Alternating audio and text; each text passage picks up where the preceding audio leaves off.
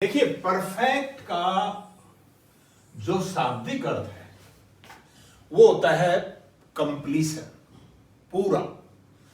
तो perfect tense चाहे present का परफेक्ट हो, चाहे पास्ट का परफेक्ट हो, चाहे फ्यूचर का परफेक्ट हो, उसमें काम के पूरे होने को दिखाया जाता है। तो जो प्रेजेंट का परफेक्ट है उसमें काम अब से पहले हुआ है, यानी अभी अभी खत्म हुआ है, उसका जो रिजल्ट है खत्म होने का अब तक भी देखा जा सकता है। तो ये प्रेजेंट का परफेक्ट है क्योंकि अभी अभी पूरा हुआ है एक्शन। इसकी स्ट्रक्चर क्या होती है, इसमें वर्ब की कौन सी फॉर्म लगती है और हेल्पिंग वर्ब कौन सी लगती है, वो देखिए। इसके अंदर जो हेल्पिंग वर्ब है वो हैव लगेगी, और अगर आपका सब्जेक्ट सिंगुलर है आई और यू को छोड़कर तो हैज लगेगी। ये किसके साथ लगेगी? Plurals plus I plus you, इनके साथ लगेगी हैव, और बाकियों के साथ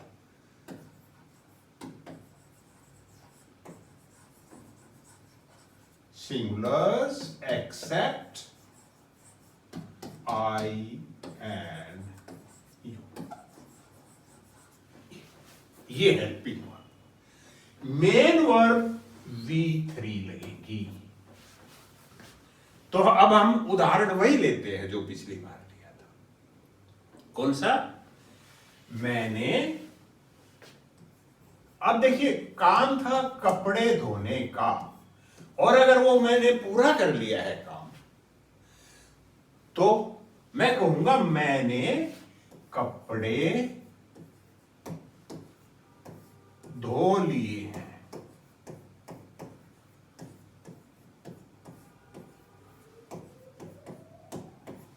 मैंने कपड़े धो लिए हैं, ये मैं तभी कहूंगा जैसे अभी धो के ही हटा हूं, या मैंने जो पेन रखे थे वो भी धो दिए और मैं उनको धो चुका हूं, ये मेरे शरीर पे अभी भी दिख रहा है क्योंकि मैं अभी कपड़ों में हुई नहीं।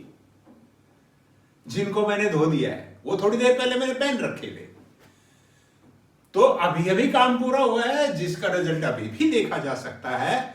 उस अवस्था में इसको हम यूज करेंगे, और हिंदी में पहचान ये मिलेगी कि लास्ट में है, हैं, हो या हूं मिलेगा।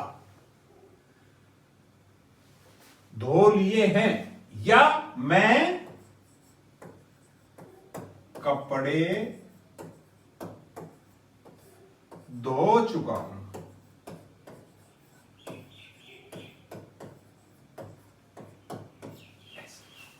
अंग्रेजी कैसे बनेगी?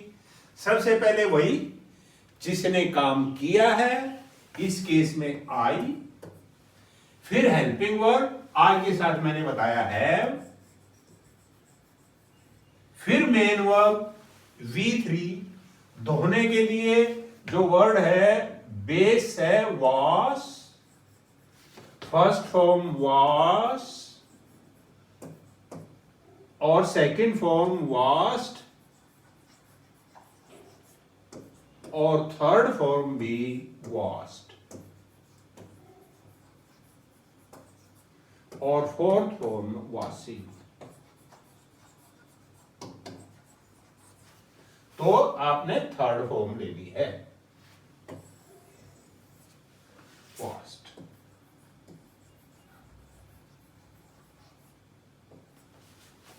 आई हैव वॉश्ड और फिर clothes.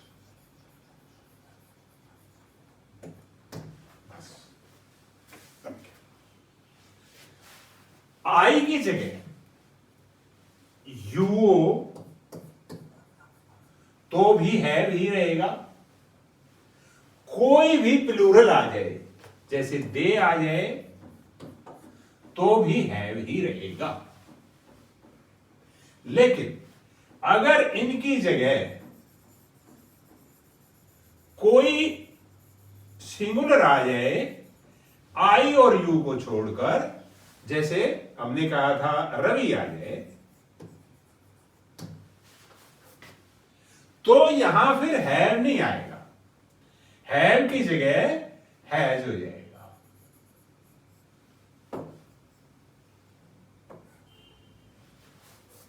Ravi has washed clothes. Negative और इंटेरोगेटिव बहुत ही सिंपल है, क्योंकि हेल्पिंग वर्ब पहले से ही लगी हुई है, आपको हेल्पिंग वर्ब लगाने की जरूरत नहीं है, सिर्फ हेल्पिंग वर्ब के बाद आप नोट लगा दो। Ravi has not washed clothes. और अगर इंटेरोगेटिव हो, यही सेंटेंस हो, Ravi has washed clothes, interrogative बनाना हो, क्या रवि ने कपड़े धो दिए हैं, तो इसको जो हेल्पिंग वर्ब है इसको पहले लिख दो, हैज रवि वॉश्ड क्लोथ्स और क्वेश्चन। अगर और तो क्या इसमें होना है, बस। हां, इसकी पहचान में मैंने एक बात और आपको बतानी थी, वो ये है कि अगर किसी सेंटेंस में आपको अनुवाद करने के लिए नहीं दिया हुआ, ऐसे ही सेंटेंस दिया हुआ है और आपको कहा गया है कि आप इसमें वर्ब की फॉर्म लगाओ, आपको कैसे पता लगेगा ये प्रेजेंट परफेक्ट का सेंटेंस है?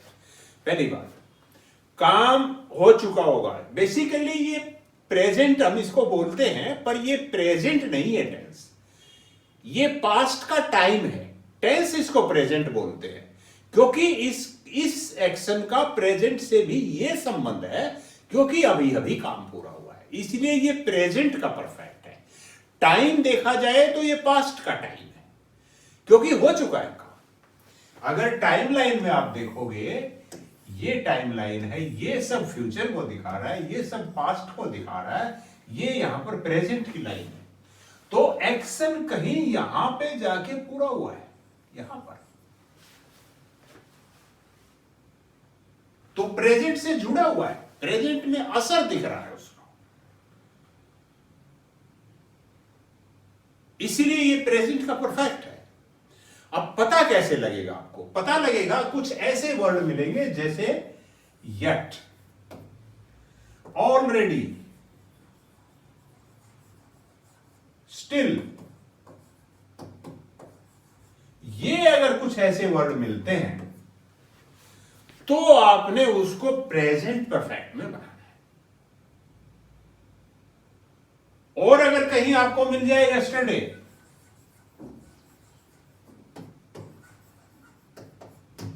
इसको आपने प्रेजेंट परफेक्ट में नहीं बनाना है, क्योंकि यस्टरडे खत्म हो गया काम, अभी अभी खत्म नहीं हुआ, ये ध्यान रखना। कहीं मिल जाए लास्ट ईयर, तो इन वर्ड से ऑलरेडी पता लगता है कि एक्शन अभी अभी पूरा नहीं हुआ है, एक्शन पास्ट में हो चुका है।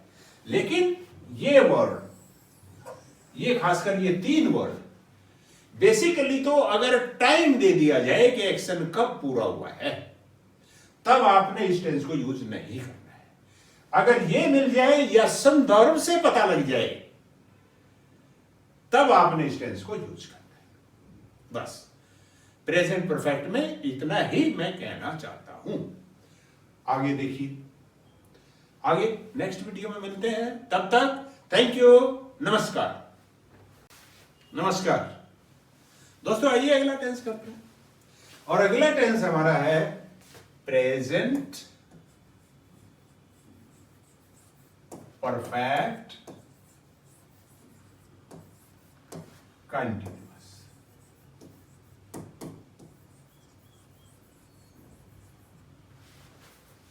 अब तक हमने किया, पहले तो प्रेजेंट सिंपल किया था, वो तो ठीक है, उसमें तो काम जो हमेशा ही चलता है या नियमित रूप से होता है, उसको हम प्रेजेंट सिंपल में बोलते हैं। प्रेजेंट कंटिन्यूअस में काम उस समय चल रहा होता है जिस समय हम उसके बारे में बोलकर या लिखकर बता रहे हैं। और प्रेजेंट परफेक्ट में काम पूरा हो चुका होता है लेकिन वो अभी अभी पूरा हुआ होता है। अब ये है परफेक्ट और कंटिन्यूअस। परफेक्ट का मतलब तो पूरा हो चुका, कंटिन्यूअस का मतलब चल रहा है। तो ऐसा कैसे हो सकता है कि काम पूरा भी हो चुका और चल भी रहा है? ऐसा भी होता है जब किसी काम का कुछ हिस्सा पूरा हो चुका हो लेकिन काम चल भी रहा हो, तब हम इस टेंस का यूज करते हैं। जैसे मैं 1 घंटे से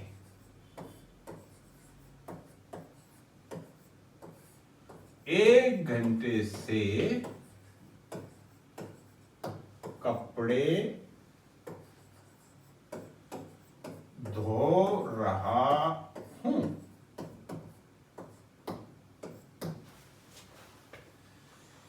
इसका मतलब यह है कि 1 घंटे तक तो धो चुका हूं और अभी भी धो रहा हूं, तो इसीलिए ये परफेक्ट कंटिन्यूअस हुआ।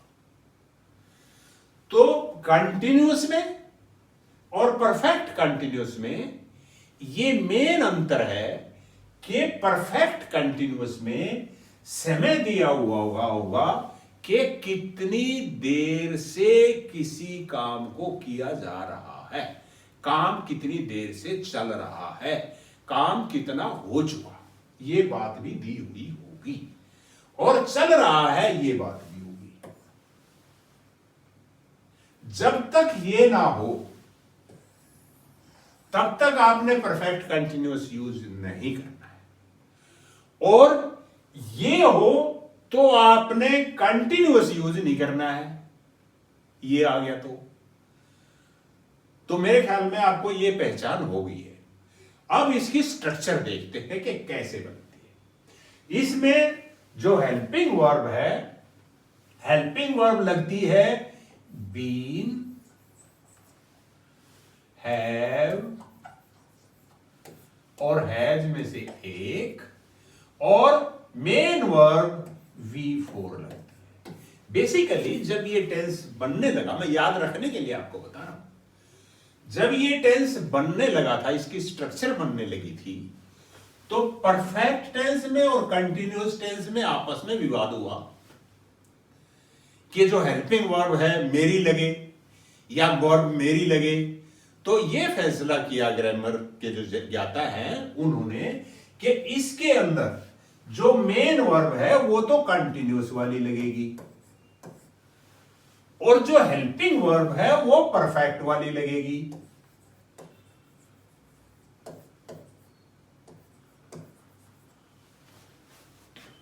तो फिर परफेक्ट कंटिन्यूअस ने कहा फिर मेरा क्या, ये तो पूरे के पूरे इनके ही हो गए। तो एक हेल्पिंग वर्ब जो सिर्फ इसके लिए जोड़ी गई वो थी बीन। तो इसमें ये हेल्पिंग वर्ब और ये हेल्पिंग वर्ब, दो तो हेल्पिंग वर्ब लगेंगी और V4 मेन वर्ब लगेगी। तो सेंटेंस कैसे बनेगा? मैं 1 घंटे से कपड़े धो रहा हूं, आई। अब हेल्पिंग वर्ब आई के लिए हैव, फिर जो परफेक्ट कंटिन्यूअस के लिए स्पेशल हेल्पिंग वर्ब है बीन, फिर मेन वर्ब और V4। मेन वर्ब है वॉशिंग और इसकी V4 बन जाएगी I have been washing clothes.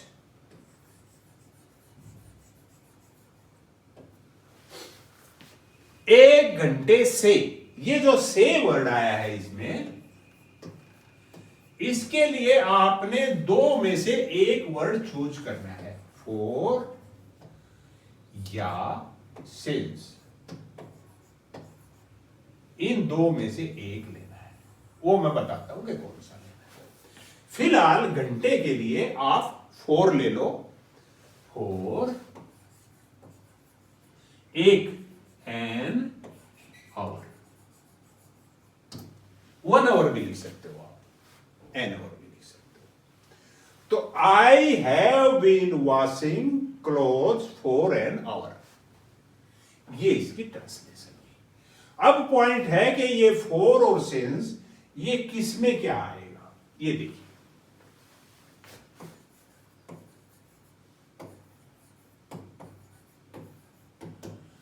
एक होता है अंतराल,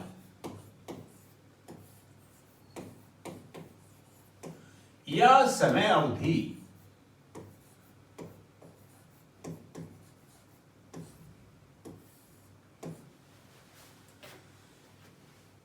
कितना समय हो गया, कितना अंतराल हो गया, ये बताने के लिए जो समय की, अगर आप में से साइंस के स्टूडेंट कुछ हैं तो जो समय की इकाई होती है, समय बताना हो कितना समय हो गया है, तो हम सेकंड से शुरू करते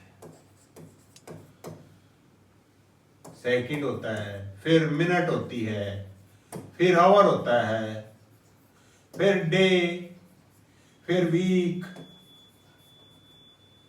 फिर आवर नहीं, वीक के बाद मंथ, फिर ईयर, ऐसे सेंचुरी, ऐसे बताते हैं कितना समय हो गया। ये समय अवधि है। तो जब आपको समय अवधि और अंतराल दिए जाए तब आप फोर लगाएंगे। जैसे उसमें समय अवधि दी गई थी 1 घंटा, लेकिन अगर वो कहता, इस समय कहता, जैसे अभी मान लिया 4 बजे है, अगर वो कहता मैं 3 बजे से कपड़े धो रहा हूं, बात तो एक ही है, लेकिन जब वो 3 बजे कहेगा तो हमें हिसाब लगाना पड़ेगा कि इसकी समय अवधि कितनी है, कितनी देर इसको हो चुकी है। 1 घंटा हमें टाइम अब का देख के 3 बजे उसमें से घटाते, तब हमें पता लगता कि 1 घंटे का अंतराल हो गया इसको। ऐसी स्थिति हो जब आपको हिसाब लगाना पड़े, तब आपने सिंस को यूज करना है। और कोई कहे कि कई घंटे से कपड़े धो रहा हूं, इसका मतलब उसने बता दिया कई घंटे, तो फिर भी 4, कई हफ्ते से तो भी। यानी अगर इनमें से कोई शब्द आ जाता है तो आपने 4 लगाना है, और बजे आ जाता है या साल आ जाता है, कोई कहे कि 1967 से वो पढ़ा रहा है या पिछले महीने से पढ़ा रहा है, तब आपने सिंस लगाना। बस, तो अब ये टेंस भी हो गया। चलिए बताइएगा कैसा लगा। थैंक यू, नमस्कार।